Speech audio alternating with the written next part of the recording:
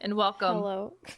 to Make It Weird, Make it weird. where every Wednesday at midnight, a new episode of Make It Weird goes live. Today, in the studio, we have Harmony Houston sitting across from me, and myself, That's me. Haley, redacted. Today we're going to talk about some weird topics. I can't keep it up. I'm sorry, I can't keep it up. And the animatronic hand as you were talking to. Hello, and welcome to Make It Weird again. Where we Here we make it weird, hopefully every Wednesday. Yeah, every Wednesday there should be a new episode. It's going to alternate between our mini episodes and our full episodes. This is a full one. Hell So yeah. sit down, Relax. locked and loaded into your comfy little spotty spot. Get your little drink of wine if you drink. Roll up a fat blunt if you Yeah. want. I Or don't get know some anything else about coffee that. if it's like the morning, or like minimize all your work windows and open up a fun game instead of working. Actually, minimize all your work windows. Open up your webcam interface and just stare at yourself and have an existential crisis while you listen to the dulcet, soothing voices of your two hosts today. Yeah, this is the best option. That is, really. Yeah. We're going to allow you 5 seconds of silence to do as instructed. Let the existential crisis begin. Thank you. I just want you to know that while Haley and I were staring at each other, she had a completely blank, composed face, and I was not holding it together. Sometimes I'm able to hold it in, but most of the time, oh my god, this past week on Friday, speaking of like not being able to hold a straight face, because I'm notoriously really bad at that, Yes. especially lying. I'm not Okay. a good liar. So I'm at work. Casey carries our lunchbox down the hill to where we work. And it's packed full of shit usually, and he's the one that packs it. So during the day, at one point, there was this kid, Peyton, who was like, "Anybody want a banana?" And everyone's like, "No, we don't want this fucking banana. Throw it out. It's nasty." It's Anyway, he's like, "I'm gonna put it in the lunchbox," and I was like, "You know what? You should put it in the lunchbox, and I'm going to gaslight Casey when we get home." That he put this banana in the lunchbox and that I've been eating bananas all week. That's a great one. I love that. Oh, it did not go well at all. No. He opened it up and he's just like, "Whose fucking banana is this?" And like You just immediately I'm like, lost it. Yeah, exactly. "Yours?" Yeah, it did not work. Oh, so stupid. Oh, incredible. Incredible. Thanks. So last week was Halloween. Yes, it was. We both had some trick-or-treaters because we're old and we don't go to parties anymore. Rip. Rip. Any good like anecdotes from the trick-or-treaters or like really good costumes that you liked? No. Oh, okay. No, I don't know. I have such like a loving view of Halloween. Growing up, my Same. stepdad was like really into Halloween, and Yeah. so we would decorate the outside and we'd have like music on and Yeah. we would hide in the yard and scare people. Oh, you were one of those. I loved those. So like yes. that's really what I expect out of Halloween. Not to sound entitled, I don't know, or petty or whatever, but Yeah. like there's no Halloween that's gonna live up to that. No, I As an totally get adult, that. And yeah. yeah, like living through it as a child is just something else. That's what I like most about it. So Haley and I don't have kids for context. And so like for me, trick-or-treaters is the one time of the year that like you get to see kids in just like the most kid Yeah. form. Like there's not a lot of rules. You're just out there having a great Yeah. fucking time getting your candy. So it's you get a little bit of that joyous kidness. Yeah. Yeah. But, like- there were some really good costumes and quotes. There was one kid that like walked up with his group. He was wearing just a plain blue t-shirt, like an oversized one, like a baseball cap and just regular shoes. And I was like, "Oh wow, I love all of your costumes," because there was a big group of them. And he goes, "Thanks, I'm my dad." Oh my god.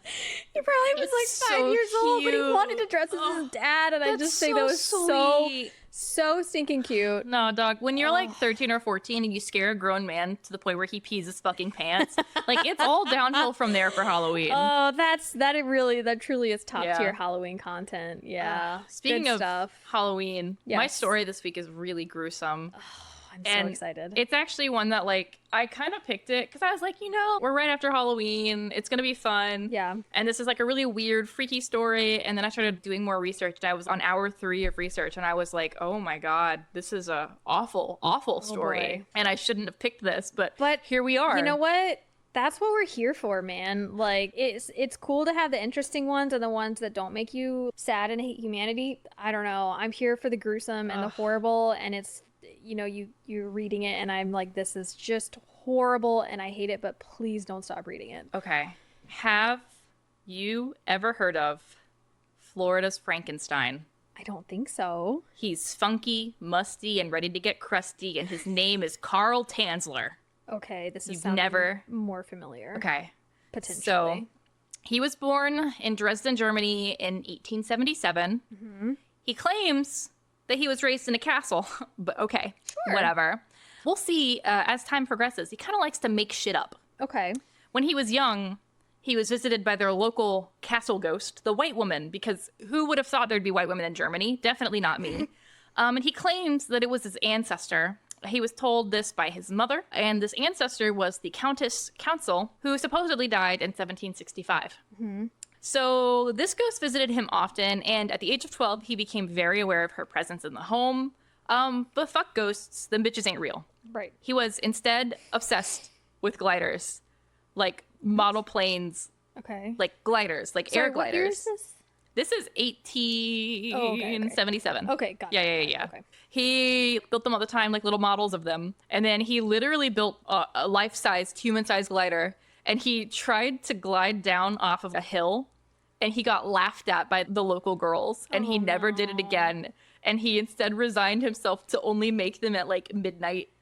Oh. I'm like not even joking. Oh okay. yeah. So while he was in school, he had an obsession with electricity and flying. Okay. He made 2 hot air balloons, that glider that we talked about, and he didn't give a fuck about ladies. So he says, I think he just wasn't getting any poontang and was pretending to not care. He was just like literally obsessed with science, and he claims that he went to university at Leipzig.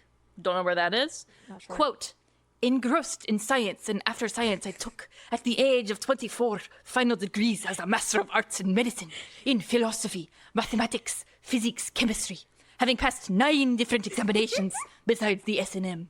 I don't know why we went Transylvanian. I'm really sorry. He's suddenly that was a vampire. journey. I loved it. Thank you. I'm really bad at accents. They always end up Scottish somehow. Oh yeah, it was turning Scottish, but then a little bit Transylvanian. Yeah. Oh, thank you. So one night while working in his experiments in what he called the green room of his castle, shit started flying around. He ignored it, kept working, and like it escalated. And like to the point where like books are being thrown off of tables and his heavy oaken table is being lifted up. Poltergeist shit. Okay. Yeah. And this happened for a few nights before he suddenly awoke from his sleep to 2 women standing behind his bed. Okay. One was the Countess. The other was the woman she was showing him he was destined to marry. Okay. Quote, for a brief moment, the veil parted from the shrouded figure's face. Spellbound I saw, framed in long, dark, black tresses, a young girl's face, so beautiful I can't attempt to describe it. A decade before World War I, he says, Carl decides to be an explorer. He goes to India, he goes all around the equator, and he ends up wandering wherever the fuck he wants. Well, he goes to Genoa, and he visits a cemetery. There he sees a marble statue similar to the woman he was shown he would marry. And there, he immediately, by the ghost, right? So he sees, like, a statue that, like... Yeah, that resembles the ghost lady. And he sees this, and he begins to mourn this loss. You literally don't know this lady. You've been shown this ghostly figure that kind of resembles the statue. And he's, like, looking at this grave where the statue is, and he's like, the lady died at 22, and her name was Elena. And he begins, like, just crying and getting emotional, and all of a fucking sudden, holy shit, an apparition appears out of the statue and walks past him. And to him, this was a sign that the woman was still alive and well and ready for him to find her, because of course that's what all women want, is a fucking man obsessed with electricity and gliders to come and whisk them away. Okay. Having lost her again, he feels, because she was there and then she walked by him, you know, the apparition, he continues on with his travels. He settles in Australia after a while and becomes an electrical engineer and an X-ray expert. He's got a good job. He gains British citizenship. He's doing pretty well for himself, right? Hey. The evening of March 7th, 1912, his ghostly... I'm sorry, this cracks me up. His ghostly bride comes back to him. Oh, boy. She hangs out for like a week. Literally, he says the ghost just would like kind of hang out and like follow him and just kind of chill and like vibe.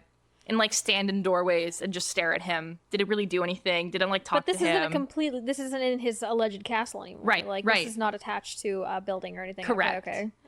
And then a week later, she disappears, and he is heartbroken. I have no words to describe my sorrow over her loss. May it suffice to say that mental depression brought my health to a very low state, so that a fortnight thereafter, I found myself in a hospital and remained there for no more than 3 months. Just the most emotional roller coaster, the highest. Okay, yep. Yeah, like you saw a ghost and now you're depressed. Get over it, bud. She's not he real. was sad about I'm not going to say made up, but probably made up. Yeah.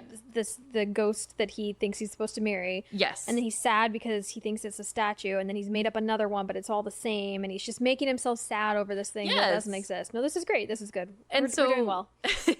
No mental illness here at all. No. Everything's perfect. Yeah, got it. When he gets out of the hospital, because he was in the hospital, he was informed that his father fell incredibly ill on the very day and the hour that the ghost appeared. And he stayed ill until he passed away the very day and time the ghost disappeared. Very convenient. Okay. Right? So Carl, once again, was a German citizen initially, and then he moved to Australia where he gained British citizenship. Mm-hmm. So when World War I broke out, supposedly Carl was put into an internment camp in Australia where he was kept for 4 years, quote unquote, for his own protection. What? Yeah. This is what year you said? This is when World War I broke out, so like 1913, 1914, somewhere around there. All right. Very sure that did not help his cracked little coconut. I'm sure whatever the hell went on there. None of this is like, helping. It's all very bad. We're not coping good here. Yeah. No, for real. And no matter like what's going on or where you are, being somewhere for 4 years, even if it is good, and then being brought out to like effectively the real world afterwards is pretty rough, right? Yeah, so that's very hard for anyone to do. Yeah. I mean, like when I left for training for 6 months in Virginia, when I came back to Connecticut, I was like, what the fuck is this? Like it was really rough to readjust. It's jarring, so yeah. After he got out of the internment camp, he was sent back to Germany, and he had a really hard time adjusting. Like, he just felt like he couldn't fit in. Life was really hard for him. But he got a bitch. I shouldn't say that. He got married. Not to the woman that he thought. Wow. Yes. Someone agreed to marry him. Yes. All right. And they decided, because they were having a hard time adjusting in Germany, that they were going to move to Tampa, Florida. And they moved there. Wow. In 1926. I know, right? Whiplash, right? Yeah, absolutely. Don't fit into Germany. Just go to Florida. That's Also, where the you fact belong. that he's willing to marry someone that doesn't fit his apparition idea. You know, he secretly is like, man, if my apparition lady comes around, like, I'm dumping you in a heartbeat. Well, you don't even have to really like worry about that, because okay. In 1927 he abandoned his wife, Oh. claiming she was not the woman he fell in love with. Jesus. Yep. Yeah, let's blame her. Right? It's totally her fault, and not the fucking fault of this guy who's hallucinating and seeing ghosts and saying that that's who he's going to marry.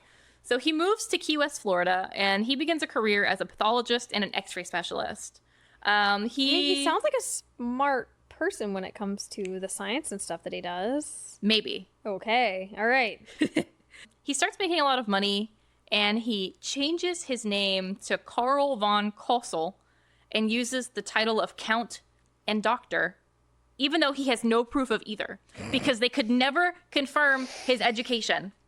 He was really well read on the sciences, but like that'd be like me claiming that I'm a doctor because I read studies every now and then. Well, you like, are. Yeah. Yeah, I mean, you're not wrong. It's Doctor of Heliology. Duh. So as this fake doctor, he buys a plane that doesn't work, and he keeps it on the hospital grounds to work on and like repair. What? Right? The hospital just lets him do this. I have no answer for why. Literally no answer for why. Are we in 1900s yet, or is this still 1800s? Yes, this is the 1900s. It's 1927. I mean, I guess anything goes at that time, but still. Yeah, for real. What do you mean? You walk into the hospital and there's a guy out front basically like fixing his lawnmower, but it's his plane? Like, what do you... All right. You know you're getting high quality treatment at that point. Are you kidding me? I can fix bodies and airplanes. They're the same thing. X-ray those welds, X-ray your lungs. You got tuberculosis. And you know who else had tuberculosis? Uh-oh. Elena Hoyos, who at the age of 20 goes into the hospital and is seen by Carl Tanzler, who, by the way, when he sees her, is 53 years old. Oh, no. This is April 22nd of 1930. Okay. She has tuberculosis and is ill. That's why she's going to the hospital. They don't really know at the time that she has tuberculosis then, but they find out shortly after. And she's married. She looks just like the ghostly apparition, he claims. No. And when he learns of her marriage, he is devastated. He mourns his loss again because it's his loss. You know, that ghost belongs to him, and that's his loss. Yeah. So the Hoyos family was from Cuba. They were immigrants, and they weren't very well off. And Carl, obsessed with her already, begins offering his services, claiming that he could cure her of tuberculosis. There is no cure for tuberculosis at this time. They don't fucking, they're just putting people out in the sun to try and cure like, them. Keep your fucking humors level, I guess. I don't know. Drain the blood in your heart, whatever. And so this family, because once again, they're like immigrants and they don't have a lot of money and they don't really have much else to say. They accept the offer. Because they're like, there's this new doctor who says that he has all these treatments that will cure our ill daughter. She's young and full of life. Like, we want her to be happy and healthy. So, of course, they're going to say yes. Right. So he goes to their house, and while he's there, the family reveals that Elena and her husband are actually separated. Carl mentally loses his fucking shit with excitement. Oh, he's so fucking hyped. Yes. Oh, boy. All right. And he begins going to their house really often and bringing her to the hospital free of charge and giving her radiation therapy. What? Yes. Radiation therapy for tuberculosis. Sure. Yeah. Known quantity for fixing that. Like, then, while he's doing this, he's also trying to figure out how to, like, procure, build, and bring what is effectively large-scale electroshock therapy equipment to their home because he guesses, I guess he thinks he can shock the tuberculosis out of her body. And by the way, while all of this is going on, he's rebuilding this fucking airplane on hospital grounds and telling Elena. Like, what? Yeah, the right. Swiss Army man of weird talents, but he's not actually talented. Like, yeah, that's true. And he's like telling Elena, my darling, once you get better, I'll fly you away. I'll take you wherever you want. Are they like in love at this point? No. Okay. She wants little to do with him. He's a doctor to her. Right. Yeah. And she's 20. Yeah. Like literally. 53. She's like, okay. Right. Like what do you, especially at that time as a 20-year-old, you don't really get to tell a man to fuck off. Like yeah, exactly. And like he's supposedly helping heal you. Right. Like, what else are you going to do? Yeah. And he names the plane after her. Of course. Fun little fact. Great. I wonder if she knows that he names the plane. Oh yes. Oh, okay. Yes, he tells her. Okay. So he's openly obsessed with her. Oh my god, yes. He's buying her okay. gifts. He's giving her all sorts of stuff, like giving the family money, giving her money. And eventually, very shortly after they start doing treatment, like a month or two, she starts to feel a bit better. And her family says, all right, well, she's feeling better, so we're done with treatment. Go away. Yes. And around this time, Carl asks Elena, once again, she's 22, he's 53, to marry him for the first time. And she's still technically married. Yes. Right. Yes. She has not gone through like a divorce. She's just separated. He does that in front of her mom in their house. And her mama says, basically, boy, fuck off. My girl's gonna marry a good Cuban man, not no fucking dumb American. Ooh, good girl. Yeah. Teen mom. Oh, for real. And you could tell this makes the family like very uncomfortable. Yeah. Because Elena begins skipping treatments. And I don't just mean, oh, like we're busy. She's making up excuses. Yeah. He's calling and she's like, oh, I'm sorry, my dad can't give me a ride. Well, I got you a taxi. Come on. I don't trust taxis. Okay, well, I'll get you myself. I'm not getting in the car type of excuses. Yeah. Like, very uncomfortable. There's obviously like a huge power dynamic. Yeah. Like, he wants to spend this time with her and she doesn't want to spend it with him. Yeah, no, keep pushing. Eventually she will fall in love with you. That's the answer. If there's anything that I've ever learned, it's that women can't say no to anything ever. And if you just pester them, eventually they will say yes, because saying no is not allowed. Them rejecting you initially is just them stringing you along because they secretly love you. Exactly. It's just, they're playing hard to get. Right, exactly. Yeah, it's totally fine. Being a tease. So Carl ends up showing up at their house. And the family literally tells him to go away. They don't want him around anymore. Oh, jeez. Yeah. But eventually, Elena's condition, because it's fucking tuberculosis, it actually does worsen. And they reach back out to him for help because they don't know what else to do. Yeah. Carl arrives and sees Elena has been treated by another doctor. He calls him a quack. No. Yeah. Oh, yeah. He gets mad. And so Carl begins treatment again, and Elena's condition deteriorates further. While he's providing treatment, he gets pushier and pushier about marriage, too. Fun little fact, too, because there are some records of the letters that they sent to each other. He signs them like your dearest Carl, and she signs them your friend Elena. Like, she is very obviously very politely saying no, you know, and especially for the time, there's only so much that you can really do as a woman. You genuinely can't tell a man to fuck off like that, especially your doctor. He just like won't get the fucking picture. Yeah.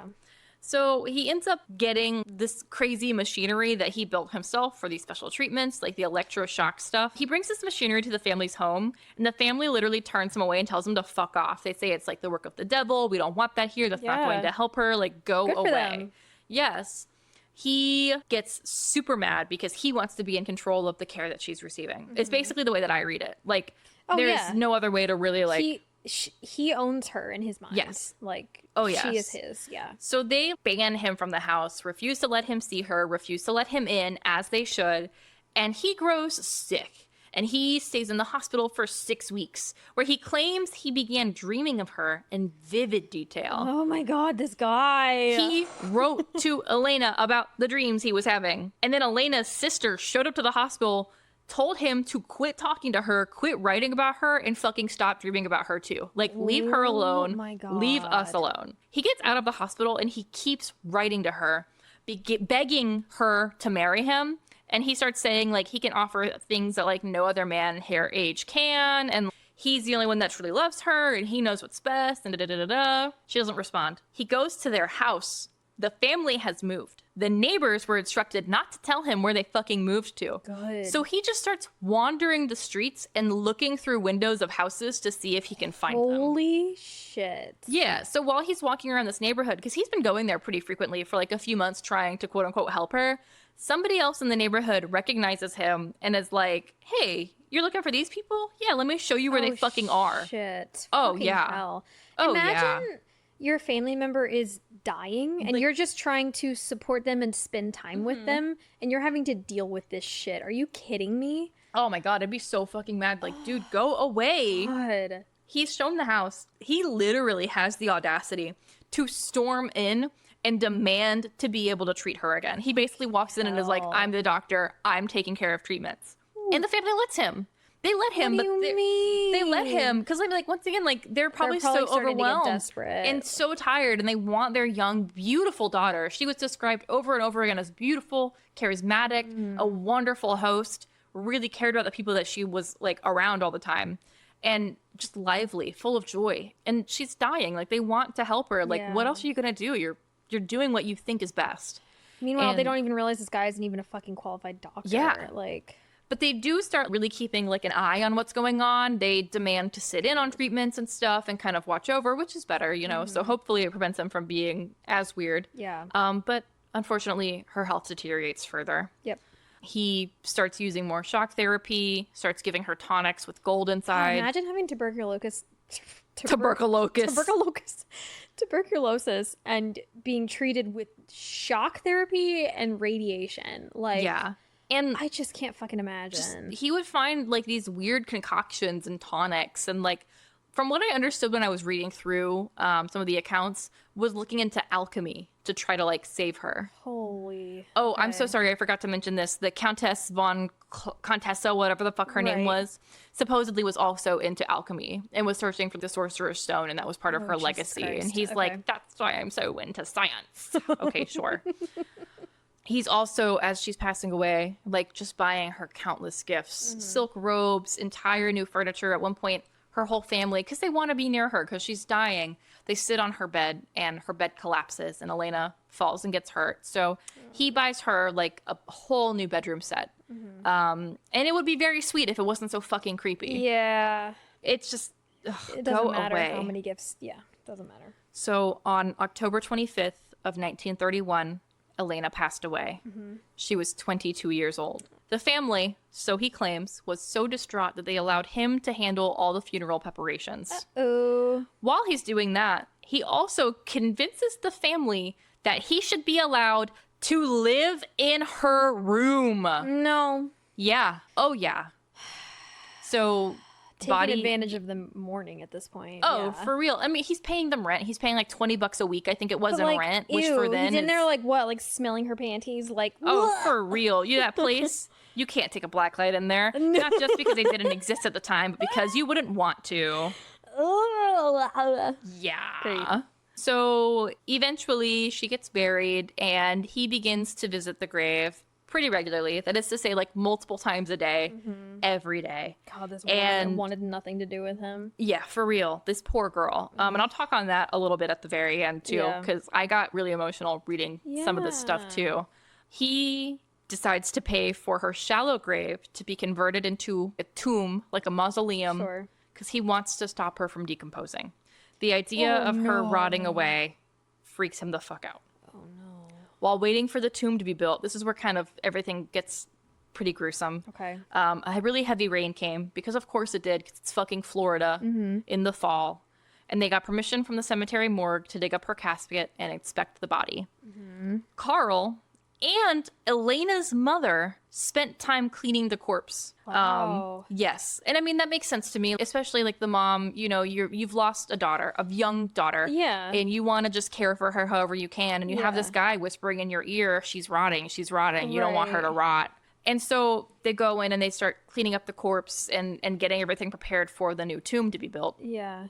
Decay had already begun because of course it did. It's Yeah. fucking Florida. Yeah. And the silk lining of the casket was fusing to her body. Okay. They spent time, like hours, literally peeling it off and trying to preserve her skin. Oh, They worked until dawn. She was placed. poor mother. I know, right? Like you've already suffered a horrific loss and now you're Because getting dragged into this. You will, like, the memories of your daughter are now replaced with Yep. that. Like, that's what you're going to remember, which is so terrible. 1,000%. Yeah. After they were done taking care of the body, she was placed inside a metal airtight casket and was finally placed inside her newly made tomb. He visits her tomb every day. He buys gifts for the tomb. He installs a telephone in the tomb in case Elena decides to magically get up, open the fucking casket, and make a late night ghost call, I fucking guess. I don't sure. know. Like, whatever. Yeah. One night, 2 years after she's put into the tomb, Carl goes into the cemetery with a cart and he takes her body back home with him. Yep. I knew that's where we were going. Okay. And I just want you to, like, imagine a 2-year-old body left in a mausoleum in the fucking Florida Keys. That sounds so awful. That's Yep. what? No. He brings the body back home, and for a while he stores it inside the airplane. I'll be so honest with you, like, I'm pretty good. I'm down to clown with a lot of gruesome shit. Yeah. I didn't read the accounts of what he did to preserve the body. I read the shortened version, but I couldn't What if they're personally to preserve stomach. at this point? I mean, it's. She's, she's still together. You said it was 2 years? Yes. She's What- but- mostly together. But I mean, at that point, skin is nothing, is it? Like, There's some skin. yeah? And it's Florida, so it's like wet beef jerky. He uses piano wires to hold the bones together. And you are right. Like, some of her skin is getting really thin. He uses wax-soaked silk to replace her skin and to cover it up to prevent insects from Oh. getting to it and stuff. Okay, I see And where we're going with the Frankenstein. And he uses perfumes to, like, mask any smells. Sure. He also takes samples of her tissue and looks at it under a microscope to see if he can identify and kill any quote-unquote dangerous bacteria. Oh, good lord. And after he does all that, he begins what he describes as gravity feeding her body, saying that he has to, like, change the type of food because every now and then, if you give the body too much of the same food, the body will expel it and get sick. And he says the body gains 20 pounds under his care. It's like he thinks that he's bringing her back to life. Oh my god. There's a bunch of other stuff that he does with this body that, like, I really, Yeah. it's just, the whole thing is horrific. And It's rough. Yes. At one point, he brings it into the house, and he is sleeping next to this body for about 7 years. Oh my god. Okay, Yeah. so you said sleeping next to this body and I lost it, and then you said 7 years and I triple lost it. Yeah. Yeah. Yes. A dead body in the Florida Keys that is now 9 years dead. Yeah. God, this is some Norman Bates shit in real life. Holy hell. Yeah. And people start asking questions because his behavior has changed. Like, why did he stop going to the mausoleum? Why is he buying women's Oh, clothing yeah, that's and interesting. perfumes? He didn't think about the fact that I should probably keep visiting the mausoleum Yeah. to keep up this appearance. And, like, why is he dancing with a gigantic lady-sized doll at night in his bedroom? oh my god. Why does he smell vaguely of sweet rot? Yeah. Like, for real. So one of Elena's family members confronts Carl. And I couldn't find, I read one place that it was like her mother. I read another place that it was her sister. I'm not sure which one, so I don't want to say either way. They like show up at his house And Carl's like, yeah, do you want to see her? Come on. Oh, he's lost it completely. Proudly shows off this corpse of this woman. Obviously, they go to the authorities. Carl is arrested. His charges are wantonly and maliciously destroying a grave and removing a body without authorization. He's examined by psychiatrists. They find him to be sane. What? Are you ready? Yes. Are you ready for the biggest? Oh, no. Charges are dropped because the statute of limitations has passed. It gets worse, Harmony. It gets worse. A public viewing of her body is held. What? And public shows up and people start supporting Carl. He gains supporters. Carl asks for the body back. This poor family. This poor woman. And when all of this is said and done, her body is buried in an unmarked grave. What the? Wait. Because they're afraid that Carl's going to go and dig it back up. Oh my God. And Carl is so fucking furious, he sets off a bomb at the old mausoleum site. Oh, Jesus Christ, this guy. For real, dude. For fucking real. Fortunately, he lives another 12 years. That's unfortunate. But he dies alone.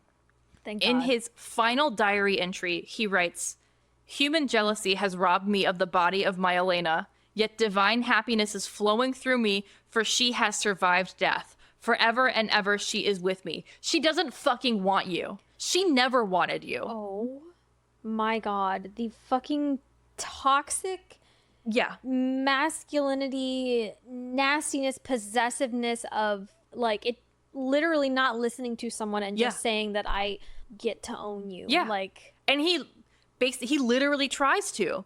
And the shitty thing, I'm so sorry, I forgot to mention this earlier. It's one of the things that he did with the body when he got it. He made what are called death masks, which are plaster casts of a deceased's face. 3 weeks after his death, his body was found in his apartment. A life-sized death mask-wearing effigy of Elena is close by. So even after they took the body from him, he still tries to take ownership of this young woman by making a fucking doll wearing her mask. Holy shit. What year was it that all this ended when they discovered that he had the corpse in his house? 1939, 1940. God, like that's not... It's not that far ago. I expected it to be... granted, at that time, like, no, like, nothing was great, but just still.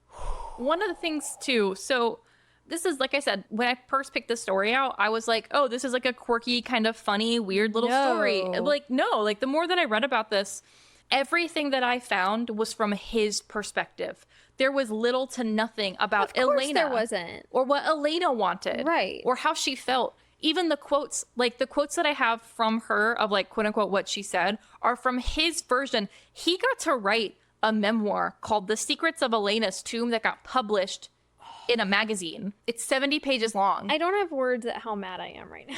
I know, right? And that's why, like, I messaged you last night. I was like, I picked this because I thought it'd be kind of fun, but like, I'm almost crying because I'm so frustrated. For this poor fucking woman that had no control. And then, like, for your body to be put on display, like, they literally, schools let out for the day to bring kids to see this body. That is the shitty thing about that time is, like, man, there were no fucking rules about, like, that kind of weird, gruesome shit. Everyone could just go see everything. Here is where I'm going to be a fucking hypocritical bitch. Okay. I have photos. Would you like to see them? Of course I want to see them, but that's funny that you were like, you're like, I don't want to get too far into it, but yeah, give me.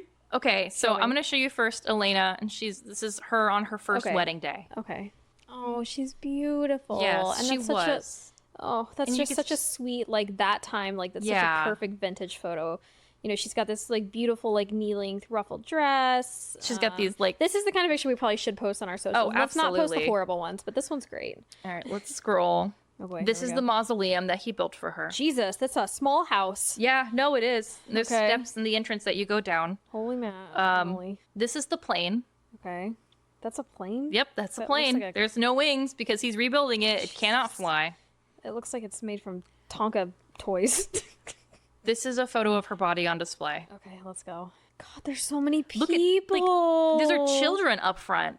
And unfortunately, it's like they're taking like a group photo. Like, all right, everyone, like gather around grandma's dead body and take a picture. That's exactly what it is. Like, and then this is the last picture. And this is her body as it was presented. Holy cow. Yeah. That is sickening. It's heartbreaking. Wow. And it just, I don't know. Like I said, it feels kind of hypocritical. This is part of the story. I feel like seeing these photos and understanding the groups that were there viewing this were not small. Yeah. This was like... I mean, that looked like a fucking, like, fair crowd. Yeah. Crowd. And this was a massive story. And, I just have to ask myself, why true crime now? Why now all of a sudden are people interested in dead bodies and people? Right. This was definitely not a people historical have always thing. Been interested in this. Always have been interested in this. Like... Yeah, for real. Genuinely, for real.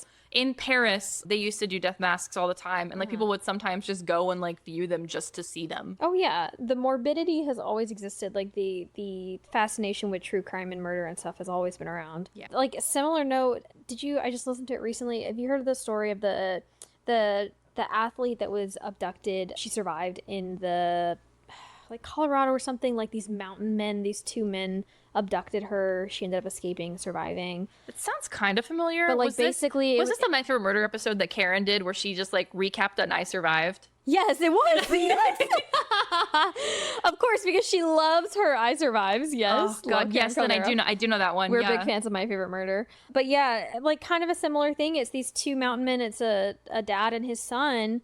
And like I say mountain men because they're literally living out in the wild. Like they don't do anything in normal society. And the dad convinced the son that he is allowed to have a mountain wife. And so they are waiting around to capture a woman. And they are entitled to said woman because they need a mountain wife. Have you read the book? I recommended this to you like a year or two ago, To the Bone. No, I have not. It's a horror book. And that kind of reminds me of that. Okay. It is so good. I'm ready for my next one because I just finished my best friend's Exorcism, which Haley also recommended, which was fantastic. So this one, I could not put it down. It's like 250 pages long, so it's super that's great. short. Okay. 10 out of 10. Do recommend. Mm-hmm. I finished it in like a day. Okay. So you said To the Bone? To the Bone. Perfect. All right. Yeah, I need something for this trip coming up to read, so that's a perfect one. That was really good. You did a great job. Thank you. I have a vague memory of that, like maybe listening to it on another podcast or something at some point in life, but very vague, and I didn't have all those details. You did a great job. Thank you. I unfortunately read all 70 pages of his memoir. Did you really? I did. Oh. Yeah, I was researching this for like 3 or 4 hours. Like, I'm not joking. God, I bet that was a fucking trip reading what he wrote. Well, like, the thing was, too, like, once again, like, I went into it kind of lighthearted, and I was, like, laughing because it was so, like, flourished and, Victorian romanticism, and I knew what was coming, so I was like, oh, you fucking quack. Oh, you jerk off. And then I was like, oh, you fucking asshole. Yeah, you like, bro. Possessive, entitled piece of garbage. Yeah, for real. Like... God. Well, very good job doing that. Job well done. Horrible story, wonderful story. Yeah. Yeah, right. No real good way to compliment it. Mine is like disgusting, but definitely more lighthearted. There's no murder that we know of. Great. Kidding. I'm no longer interested. True crime is like definitely one of our big topics. We like that one. I like true crime and I like poop. Welcome to the Poopcast. Welcome to the Poopcast, where we talk about murder and we poop at the same time. We talk about poopers and we murdered. We're actually sitting on the toilet right now. It's a tandem toilet. We're sitting across from each other holding hands. Have you seen those pictures? Oh, of yes, people I that have. Find the bathrooms that have toilets sitting across from each other. Fuck yeah. I send them to you every time that I see them. And I'm just like, this so could be us. And it's like, don't you want to pee on those at just like one time, just sitting across from each other? Eye contact. What an experience. All right, my turn. Yeah. Tell me. I have a really good feeling that you have heard of this. Okay. And it may be more well known than I realized. I just had not heard of it before. So this is a two-parter because I initially was researching one topic and then found out about another related topic that, spoiler, blew my mind. Okay. All right, so there is essentially a how-to document that was written in 1995 from the U.S. Forest Service called Obliterating Animal Carcasses with Explosive. Oh my gosh, yes, I know what I'm talking about. So we will definitely post this on social media, because these images sure are great. So it's... Are you going to talk about the whale? Yes! I'm sorry. Sorry, I just had to It's ask. okay. I figured you would know. We talked about dolphins and whales at work today. Oh, nice. And sharks, and how you know that a shark has hit puberty if their pee-pee is calcified. Oh my god. Blow that one up for size. Did not know that. Holy. All right. Well, we'll post that on social media too. A really good picture of it. Kidding. Okay, I'll look up calcified shark penis right now. Thank you. Great. This, like I said, this document came out in 1995, and the image here is like a Xerox scan of like a printed document, which is so funny. Oh my god. And it says recreation engineering tech tips. Obliterating animal carcasses with explosives. I'm just going to read the first part because I don't know how to describe it, but there's something comical. Like, it's so funny. Okay. It's so off the fucking wall. It's just, let it when rot. I'm thinking about the need to remove a large carcass, this is not my first option. Oh, All see, right. I was just like imagining like deers and then like, all right, little Timmy, let's blow up your first deer. Deer are actually not that heavy. Deer would be an easy one. It's like horses. I'll talk about it more later because I grew up with horses. Are deer and horses not the same size? No. No, horses are much heavier and much bigger. Yes. You calling them fat? Yes, those fat fuckers. Oh. But no, it truly is a thing. When horses die, you generally have to, depending on what you want to do with the horse and how much money you're willing to spend on getting rid of it, you have to pay for something. You either have to pay to have it taken away, or you have to pay someone to essentially excavate, because a hole has to be Oh my god, I've never thought about that. huge. Yeah, like you're not going to be able to dig that hole yourself. You have to have someone come out and do it for you, or you need to have the horse, taken away. It's, yeah, absolutely wild. All right, so let me read a couple little snippets from this. So Please do. there are times when it is important to remove or obliterate an animal carcass from locations such as recreation areas where a carcass might attract bears, at a popular picnic area where the public might object, or along the side of roads or trails. I'm sorry, I'm just imagining. I know. Family picnic. I know. Oh my god. Large animal carcasses can be particularly difficult to remove, especially if they are located below a steep cut slope or in remote areas. Explosives have successfully been used by qualified blasters to partially or totally obliterate large animal carcasses, i.e. horses, mules, moose. It is important to consider location, time of year, and size of the carcass when selecting the quantity and type of explosive to accomplish the obliteration task. Oh my god. Consult a qualified blaster when explosives are to be used. They used to call me qualified blaster in high school. Kidding. There's a snippet in here that says horseshoes should be removed to minimize dangerous flying debris. Yeah, that tracks. That fucking tracks. Oh my god. So, do they have like numbers for qualified blasters? How do I find there's a qualified a department blaster? essentially like within the military that you would need to use. It's Do they have a number? Can I call them? Probably not. Bro, imagine. God. So there's a diagram. There's 2 pages of this document. There's a diagram on both. There's one that shows if you're able to put the explosive beneath the animal. Uh-huh. And then one if you are not able to, like if it's frozen to the ground or like on the water, about how you have to put it over. In this case, this is talking about if the animal is like frozen to the ground. 55 pounds of linear explosives are simply draped over the carcass. Like, this is... Bro. This is wild. I love that. So, this is how I started my journey on my research here. So, guide recommends consulting with blasting experts first, if the situation calls for it. This is an article, so it's a bit more off the cuff. Break out the kaboomy stuff, and I'll post this, the link to this article.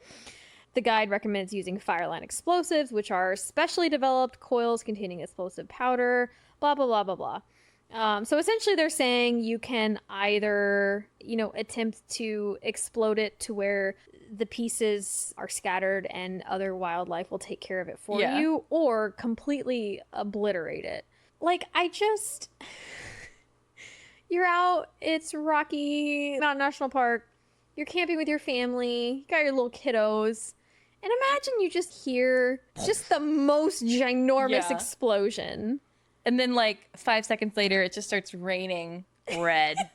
Raining blood! Just raining pieces of animal carcass. Oh yeah. That's a Slayer song. There was there was a part in the article or the tech tip that said something like it doesn't matter how long the animal has been out, or like don't be in a rush, essentially, because it's like it's saying that it doesn't matter. It's just the casualness of this article is very funny. So nonchalant. Oh my gosh. But yeah, so this is how I started. And that's when I found out about the whale explosion. There is a video. Oh god. And it's so good. All right, so let's get into this first. So this is from November of 1970. The Oregon Highway Division, now the Oregon Department of Transportation, had a tough time blowing up a 45-foot, 8-ton decaying whale stinking up the shores of Florence, Oregon. That's like 1/3 of the amount of cheese that those guys stole. You're right. It's really funny. Thank you. That was from our mini episode from the previous week, but we just finished recording it, so it's fresh on our minds. All right, this is a quote. The Highway Division decided the carcass couldn't be buried because it might soon be uncovered. It couldn't be cut up and then buried because nobody wanted to cut it up. And it couldn't be burned. This was from the reporter in said video. The video is from a local news station called KATU. They should have got fucking Robert Kennedy out there. Did you hear about that? No, wait, what do you mean? So his family was somewhere and like a beached whale showed up on a beach, obviously, because it's beached. Yeah. And so RFK Jr. rolls up with a chainsaw and cuts the whale's head off. What? I'm sorry, what? I'm not joking. When did this come out? When did they find out about this? This is like 20 years ago. But they found out about it, like, he came out openly and, like, talked about it a lot more recently. What? And so he cuts the head off this fucking whale, and then they strapped it to the top of his fucking truck or his van. But they couldn't go all the way around the van to strap it down. So they rolled the windows down and looped the straps through the windows. And his daughter was saying as they drove away, the windows had to be rolled down and whale guts were just flying into the car. Guys. He also has brainworms. Related? No, that's because he ate bear meat. Oh. He also put a dead bear in Central Park in New York City. Do we need to do an episode on this man? Like, I didn't RFK know this Jr. weird shit about him. Fucking wild. Holy like shit. As a politician, I do not like him. As an individual, I bet he would be so fucking fun to party with. Like, what the fuck? Yeah. Did they just remove the whale because they were out there and they were like, oh, we feel like we're responsible for doing this? No, like, he was just like, I want a whale skull. Oh my. Honestly, it's a very God. Haley move. I wouldn't do it, but like, I've definitely taken bones from things. Yeah, but like little bones, not a whale. I have big bones. And you cannot lie. Yeah, I lost my bones the other day. You lost your bones? I did. I have bones, and I think I found them, but I'm questioning that now. Like your collection of bones? Yeah, like some of my bones. I just lost them. Oh, and you think you found them? I think I did. I'm questioning it now. Yeah. Okay. Some stuff got moved around. Maybe give us an update later? I'll let you know if I found my bones. Thank you. I'm kind of just like a blob of skin right now. Aren't we all? Yes. I'm so sorry to derail. No, you're good. You're good. Anyway, so Public Service decided to obliterate the whale with a half-ton of dynamite. Oh my god. I know. That's 1/44 of the amount of cheese those guys stole. Fucking cheese. The hope was that any small pieces left over would disappear via seagull and other scavengers. The crowds were no closer than a quarter-mile to the blast. So close. That is so close. Oh, put me behind a fucking bulletproof window. A car parked over a quarter-mile away suffered the most damage as the passenger compartment was literally smashed by one particularly large chunk of blubber. There's a picture of the car. It looks like a boulder landed on it. Like, I don't think I've ever seen the picture of the car, so I'm excited. Yeah, that one's really good. Fortunately, no one was hurt, but everyone around the blast was, quote, covered with small particles of dead whale. No fucking shit. This part really, really cracks me up. Tell me. The seagulls expected to clean up the rest were scared off. Yeah. Do you blame them? Absolutely not. I just saw what they did to that fucking whale. I ain't getting close. So I'm going to play a couple of clips from the video from KATU, the news station that covered this. The reporter's name was Paul Linman. I'm just going to play a couple parts, small little ones, but there is a part in here that you wouldn't be able to hear on the recording from my phone where the initial blast goes off and there's a crowd of people. Like this, it's obviously not the same level at all, but that's what I was talking about, like between like the 20s and the 80s, how people were so blatant about watching this morbid stuff. Oh yeah, like there were crowds that were like, oh my god, you're gonna blow up a whale, like, dude, hype. What the fuck else are you gonna do in Oregon? True, very true, especially Strip in the 70s clubs? Yeah. So there's a part where the explosion goes off and this old lady goes, all right, Craig, you can take your hands out of your ears now. And it just fucking cracks me up. Oh, Craig. All right, so this first part is a joke from the reporter that I find particularly good. Toward the sea. About 75 bystanders, most of them residents who had first found the whale to be an object of curiosity before they tired of its smell, were moved back a quarter of a mile away. The sand dunes there were covered with spectators and landlubber newsmen, shortly to become land blubber newsmen. Land blubber newsmen! You know, this reporter was so stoked to be able to use that joke. Oh, it's so fucking funny. How long do you think he's been sitting on that one for? Oh, man, he was just so hype. All right, so next clip is from the actual explosion.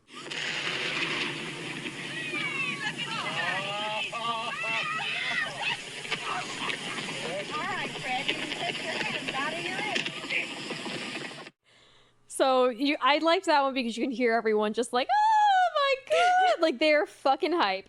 And then very last one here is, well, I'm just gonna let it go. Our camera stopped rolling immediately after the blast. The humor of the entire situation suddenly gave way to a run for survival as huge chunks of whale blubber fell everywhere. A run for survival. Oh my god. Dude. Oh, can you imagine you're in Oregon in the 70s, so there's nothing to do, and someone's like, they are gonna blow up a fucking whale. So the whole family gets carted over, no seatbelts of course anywhere. Not. They're all Dad's rolling drunk around. driving because drunk driving's not illegal yet. Yep, exactly. They're all rolling around in the back seat, having a great time. Mom is up front smoking a cigarette, just trying to survive. As you do. You guys get there, you see this fucking blast. Oh my god, you're so excited. And then all of a sudden, coated fucking flesh starts falling from the sky, and you have to just absolutely book it out of there. Oh, I love it, dude. All right. Something interesting that I found, which actually I think I had heard this before. So this happens often. Whales are beached. They're dead already. As the reporter said, dead on arrival. And it's pretty common for them if they're not taken care of soon enough, which most people do not choose to blow them up anymore. Yeah. I tried to find cases of like people actually doing this and following that guide, and there's not a lot of it. Shocking. For obvious reasons. Shocking. Yeah. But eventually the whales can actually explode on their own because of the gas buildup in their stomach, which is absolutely wild. There was also an article I found, I don't know if it was like ranchers or whatever, but in Wyoming, there was an entire article saying like they have stopped using explosives to get rid of horse carcasses because it was a wildfire risk. I mean, that makes total sense. Yeah, it makes total sense. It's just, this whole thing is wild. Like, to come Also, out with this diagram and like, this is your suggestion. I'm like, imagine emotionally what mind state you have to be in to be like, this is Big Bertha. She's been with me for 15 years. She finally kicked the bucket, and now I'm going to blow her fucking body to smithereens. Like, no. So I grew up with horses. My mom still has the horse that we got when I was in college. He'll probably pass within the next 5 to 10 years. Yeah. I could never fathom blowing him up. But Harmony, if you guys do, can, like, you FaceTime me at least? Can you get an invitation? Yes! To the horse blow-up party? Oh, yeah. The blow-up horse party. It's a bunch of, you send me an invitation to a blow-up horse party, but I misunderstand and I arrive with an inflatable horse. I was gonna say, people come thinking it's a fun little party with blow-up horses. Oh my it's god. Like, Oh no, it's actually a funeral. We're gonna explode our dead horse.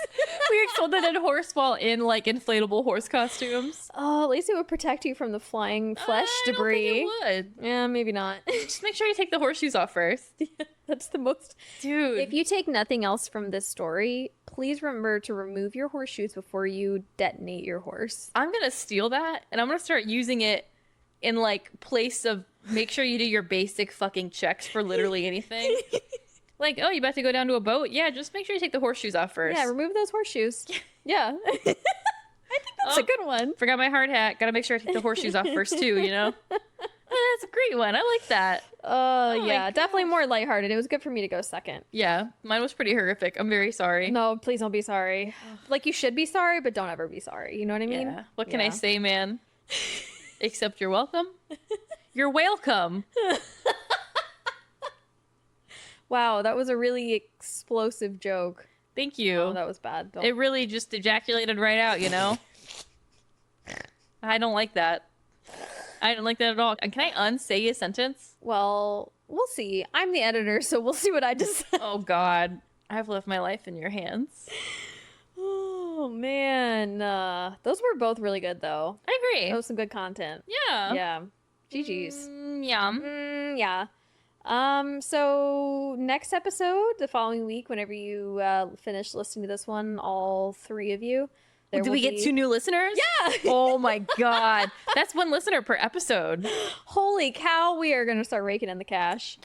So the first episode, when I made a joke about divorcing Bobby, I messaged, because he finished listening to it, and I messaged him and said, I promise I'm not going to divorce you. And he said, well, that's a bummer. Bobby! Oh my God. Oh, man. At least the humor's mutual. Oh, for sure. That's all you can hope for. On God, for real, for real. On God, for real.